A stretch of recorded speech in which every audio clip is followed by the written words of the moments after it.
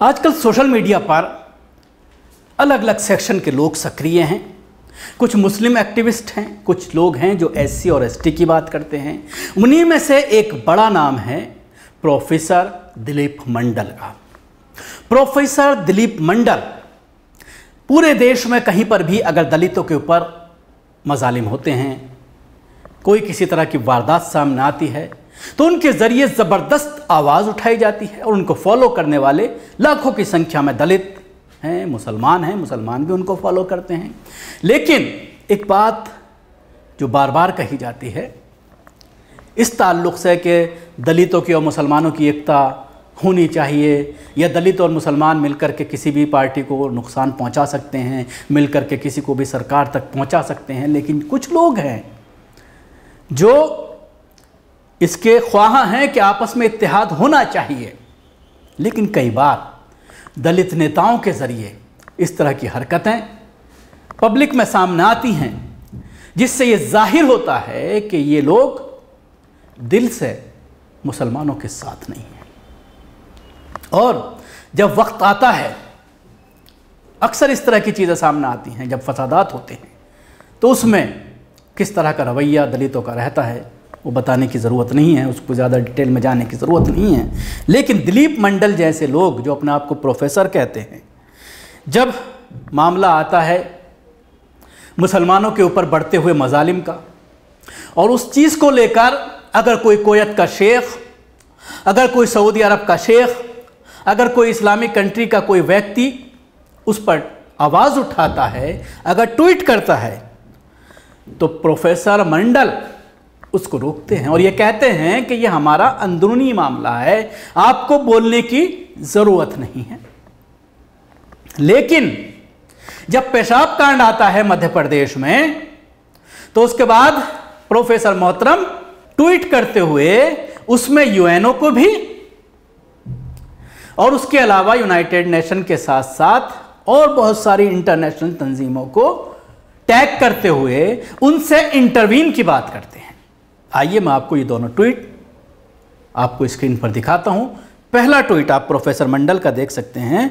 Kuwait का एक tweet है, अब्दुल्ला अशरीक, इन्होंने ट्वीट किया, the persistence of this brutal assault on Muslim in India may result in boycott of Indian products and good by Muslim nations। जब ये tweet किया जाता है एक अरबी के ज़रिए, तो उस पर दिलीप मंडल लिखते हैं, हम एक सेकुलर राष्ट्र हैं, हमारा संविधान सेकुलर है। चंद सिरफिरे लोगों और घटनाओं की वजह से आप ये नहीं कह सकते कि भारत में किसी समुदाय का उत्पीड़न होता है। यह हमारा आंतरिक मामला है और अपनी समस्याओं से निपटने में हम सक्षम हैं। कृपया ऐसी चेतावनी ना दें। देख लिया आपने किस तरह से इसको अपना अंदरूनी मामला बता करके अरब के जो लोग आवाज़ उठा रहे हैं भारत में हो रहे मुसलमानों के ऊपर मजालिम को, उसको अंदरूनी मामला बता करके किस तरह से दबाने की कोशिश की जा रही है।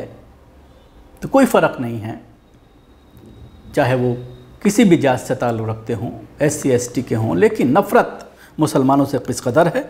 अब इनका एक ट्वीट और मैं आपको दिखाता हूँ। द दलित वॉइस ने एक ट्वीट किया है, caste Hindu Parvesh Shukla based on tribal youth, this incident happen in Madhya Pradesh.